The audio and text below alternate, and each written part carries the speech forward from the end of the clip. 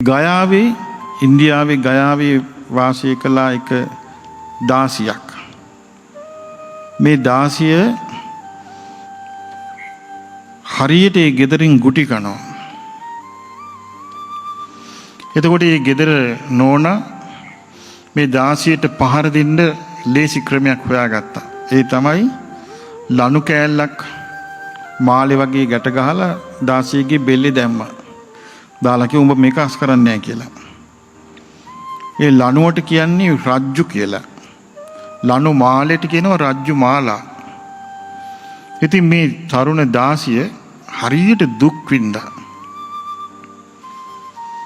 දුක් විඳලා දවසක් මේ දාසියට ජීවිතේ තිත්ත වුණා.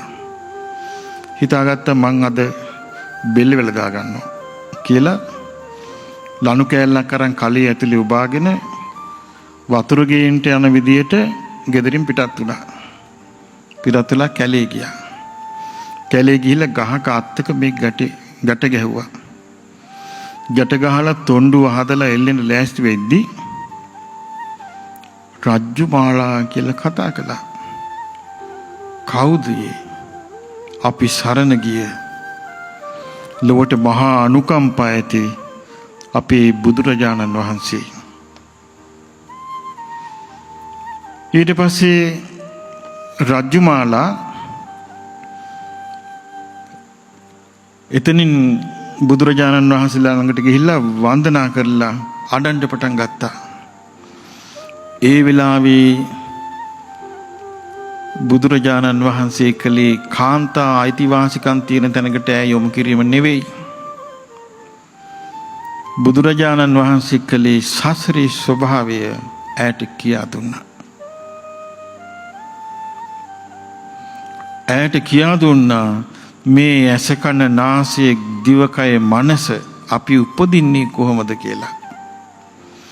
අපි හැමෝම උපදින්නේ කර්මානුරූපව. අපේ වාසනාව කියන්නේ අපේ ඇතුලේ තියෙනවා හිතේ චේතනාව කියලා එකක්. මේ චේතනාව ලස්සනට හසුරවන්න කියා දුන්නා කර්මයෙන් විඳවන්නේ නැතුව.